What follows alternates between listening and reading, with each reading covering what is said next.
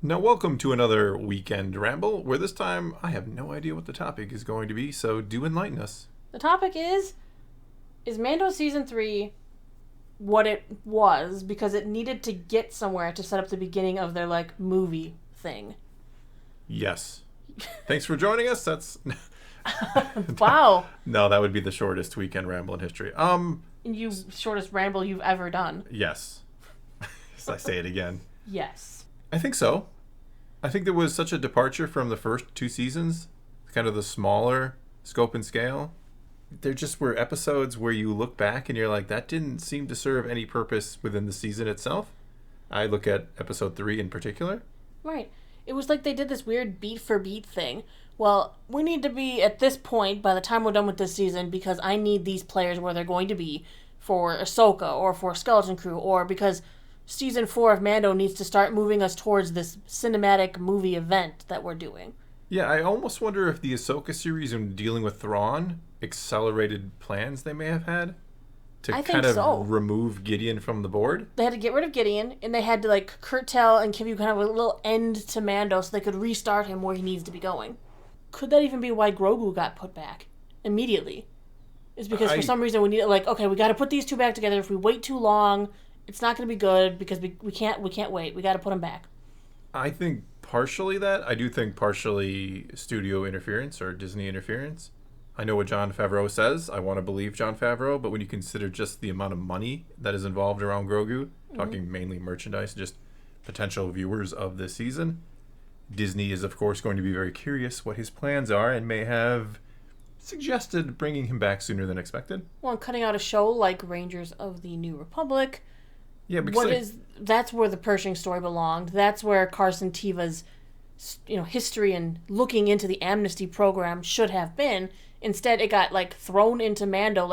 This information needs to be out there now so we can do things with it. Yeah, I feel like they very much wanted to let people kind of know the state of the New Republic. Mm-hmm. I think that was intended to be obviously being a show called Rangers of the New Republic. I do think it has a lot to do with the fact that Ahsoka is supposed to probably be the first kind of big step towards the cinematic movie. Yeah.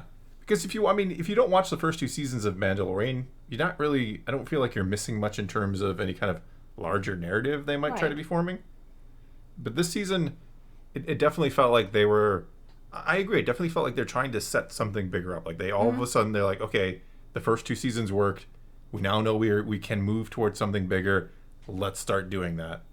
So they had to wrap up the small storylines. Yeah, so they if Mando and Grogu don't come back for season 4, which I'm not saying I think that's the case. Again, I think money is going to have a big factor in that. Plus, you're going to see Mando and Grogu in the eventual movie. Absolutely. But you do feel like if they didn't come back, you wouldn't be stunned because it does feel like their story's kind of over. Like they definitely wanted to just kind of put an end to that smaller story. And now, okay, we got bo-katan set up. We got the Ahsoka series coming, and she's going to deal with Thrawn because Gideon is now out of the way. We've now set up the New Republic and the amnesty program, why things are going to go south. It does feel like the season was just all about getting to the next part of the story. Well, they even rushed to make sure we could get Bo-Katan back together with the Darksaber. Then they had to rush to destroy the Darksaber. We had to quickly get her to be in charge of the Mandalorians again because we need a united Mandalore. Because what if, in the movie, we need a big space battle and the New Republic can't be there, but now we have a Mandalorian army? Yeah, I think we're almost definitely going to have a big space battle in the film, right? Because we know that the New Republic is supposed to be demilitarizing. The Mandalorians are probably doing the opposite. So they're the ones who would probably come to the aid because then he can bring in, Filoni loves his people, he can bring in Bo-Katan and her army. And the Mandalorians to back up Ahsoka and Grogu against Thrawn and whatever forces he has. Yeah, there's almost no way the Mandalorians won't be in the movie. Let's not forget, Mandalorians were trained and some of their tools come from fighting Jedi. And we've heard leaks and rumors that Thrawn's out there with the origins of the Night Sisters or some Force people out there, which means having an army that's trained to fight Force users would be pretty beneficial. Yeah. And we have seen, if you've played Jedi Survivor, no spoilers, but clearly Night Sisters have some pretty burly powers. Absolutely they do. They can do some pretty impressive things with the Force, so... we see that in Clone Wars too, to an extent. Absolutely, too. Don't get me wrong. But no, I definitely think if Thrawn has a Night Sister army or some sort of Even equivalent, if they're just supplementing the troops, you still need people who can deal with them. Yeah, it's gonna be rough for a non-Force user to deal with, unless you are a Mandalorian trained to fight Jedi that you think are your ancient enemy that you forgot about if you're some of the Mandalorians. Hey, we forget about that. Yeah, they forget about that too. Well, and they're going back to like their ancient ways. Don't forget that, because they're following the path, the way of the Mandalore.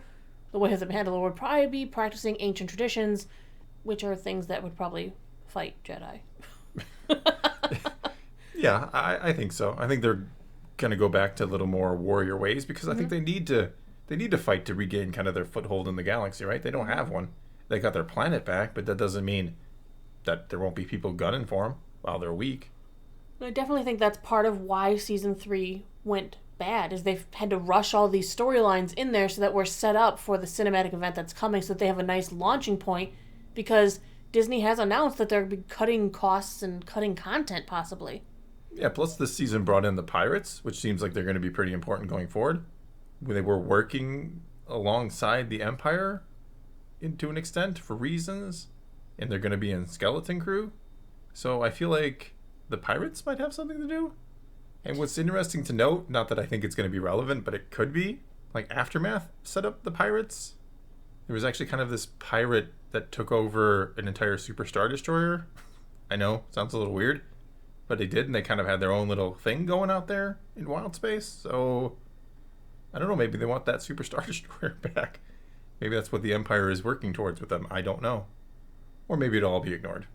And I feel like knowing about the amnesty program is something we'll definitely need with Thrawn, because the Shadow Council, they must know. They must know about the amnesty program. They're deliberately setting these people in certain spots. I feel like this is a big setup. This is something that we might need to know for the future. It could be a huge coup, for all we know. Remember, we need a big cinematic event for the era or something. We need things to go very wrong for the New Republic, right? Mm-hmm. That they let the Empire kind of rise again and form into the First Order and get their own kind of place in space, and there's an armistice. So this clearly they have to become clearly they have to somehow become a very legitimate threat. I wouldn't be surprised if this big era-defining event is literally how the First Order gets its own space. I tend to agree with you. Because that's a big thing. Going into the sequels, you go into it and go, well, why are they just letting them do their thing out there? Yeah, the sequels make no sense how they start. Like, right, why did the New Republic just let the First Order rise and just do their thing? They're like, oh, we had remnants of the Empire and just decided, yeah, we know we beat you guys pretty good and stuff. You can just have your own space. Yeah, what is the deal with the Resistance? Why isn't the New Republic just fighting them directly? It just feels like there was some weird choppiness, and maybe this movie is supposed to help with that? I don't know. No, but I agree with the thought that this season kind of suffered from them getting the green light, I think, to an extent, and being able to move towards something bigger. Mm-hmm. That could be why Favreau was in such a hurry to write the next season. He was like, okay, well, I have to start writing, maybe he had to start writing it right away so that he could get a nice flow of story going and maybe not have a repeat of this season. Yeah, and I don't think they want this to take forever either. No. I don't think they want another 5, 6, 7 years of setting up the movie. I think the movie should be only a few years away, like another season of Mando, a season of Ahsoka, Skeleton Crew, maybe something else. Like I don't see this being like a massive multi-year, another 10 seasons of a series setup. There's no way it can do that. It's requiring too much out of the audience. I think they needed to wrap things where they did with Mando also because they want a new jumping on point to go, oh, you don't have to watch the first 3 seasons of Mando. If you're wanting to gear up for the movie, you can start at season 4, and you're fine. Because that's all you'll need. Yeah. Which is also disappointing. Yeah, I think Ahsoka is going to be the first series that is really starting to... It's like phase 2. Kind of is. I think it's going to start to really directly lead us there. And I think that the bridge, the kind of the turning point is Mando Season 3. Kind of moving away from the idea of the smaller show, moving bigger picture, incorporating elements of both, and it just kind of didn't work so well. Right. They kind of just lost it in this season and wrapped it up as best they could. Yeah, like I've said before. When they were missing the wing of the New Republic. Yeah, it feels like the show rushes and goes nowhere at the same time because it's just trying to accomplish certain things, but it's never really exploring them. It's like it has a mission or what it wants to do, but it doesn't really slow down and let you know why it's doing any of the things it's doing. We're just supposed to assume we'll get where we're going. Yeah. I mean, I hope that's the case. I hope that this kind of just was a hodgepodge season where they kind of just bungled it. Not that this was them trying their hardest to do something special and failing. That Right, makes sense? because I don't want to think season 4 will suffer the same way this season has. Yeah, exactly. I want this to be a matter of, oh, Rangers of the New Republic was canceled. What do we do? Oh, the studio wants Grogu back. Oh, what do we do? I want it to be like 10 things went wrong, and they made the best of it. Mm-hmm. Not that this is what they actually really, truly intended to do. Well, and they can now easily morph Mandalorian into Rangers of the New Republic because now he's a ranger for working for the New Republic. I kind of feel like that was intentional because I think that's where they want to do something with the New Republic. They want to show about the New Republic, and I think the Mandalorian is kind of becoming that, or Din Djarin is kind of becoming that. He's becoming their Or New if he Republic has guy. close enough ties with Carson Teva, he can be our man on the inside, and they'll just kind of flash in between him and Mando doing stuff. Yeah, I can see that. Mando out taking care of business while Carson Teva sneaks around the inside. Could be. Who can say? Carson Teva, a Star Wars story. I'm there for it. I know you're there for it. I am. He's another Carson character I and really like. Yeah, I think that would work. You know, Mm-hmm. Rangers of the New Republic could be Carson and Zeb and sending Mando on missions. I don't know. But yeah, to kind of close this down, I do think Mandalorian Season 3 suffered from trying to move the story in a direction and just kind of really just wrenching it that way instead of having maybe the time and... Right, they had to throw too much into it to get it where they needed it to be at this moment. Yes. They did kind of like a hard turn just to get it to where they needed it to go. And like I said, I do think there was interference. They did that spin move from Book of Boba Fett. Yeah, that was it's a serious spin move. Spin move. And it wasn't a good trick this time to do spinning. No, it wasn't a good trick in the show for him to do that either. That's that thing you do when you're like trying to look cool because you think people are watching, but at the same time everyone else is going, why the heck did You're you just gonna do get yourself shot and killed? Yeah. that? Yeah, good job, dude. Looking No one would pretty ever... slick. If you did that on a real battlefield... Like, go ride your space Vespa into the sunset. No, but if you were a soldier on a real battlefield and you spun like that, yeah, something tells me you're either dead or you're getting yelled at by your CO there. If you're not dead, it's because everyone else just went, why did he do that? Yes. But anyway, before we have a weekend ramble about spinning in combat, that is going to be all we got for you this time. So now it's your turn to take to the comments below and tell us what you think kind of happened with Mando Season 3. Do you think it was kind of the result of a lot of different things going wrong or a pivot to something bigger? Or do you think it was just a poorly written season? Whatever the case may be, leave those comments below and let's talk some Star Wars.